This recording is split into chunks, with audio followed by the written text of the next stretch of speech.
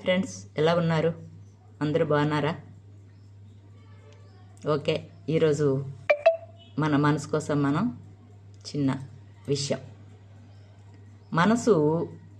మనసుని ఎప్పుడూ అదుపు చేయలేని వ్యక్తి అతని మనసే తనకి పెద్ద శత్రువులా అనిపిస్తుంది. అంటే మీరేమంటారు మరి? అంతే కదా, మనసు అనేది చాలా సున్నితమైనది.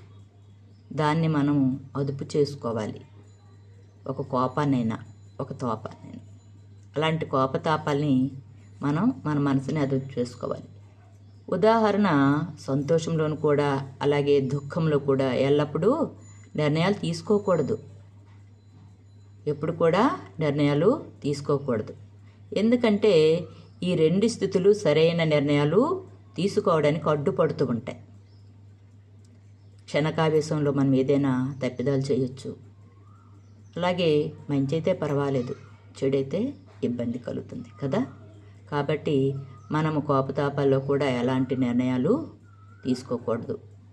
అలాగే తన పనిలో ఆనందపడే వ్యక్తి జీవితంలో సమతుల్యాన్ని వస్తుంది, అంటే సమానత్వం వస్తుంది. మనం ఏదైనా పని చేసామనుకోండి, ఆ పనిలో మనం నిమగ్నం అవ్వాలి. అప్పుడు మనం చేసే పని మనకు తృప్తినిచ్చినప్పుడు మనకి సమానత్వం అనేది వస్తుంది, సమతుల్యం అనేది వస్తుంది. ఈ రోజుల్లో మనము మనపైనే కోప్పడుతూ ఉంటాం కదండి. కానీ మన ఆలోచనలు అందంగా ఉంటేనే ప్రతిది కూడా అందంగా కనిపిస్తుంది.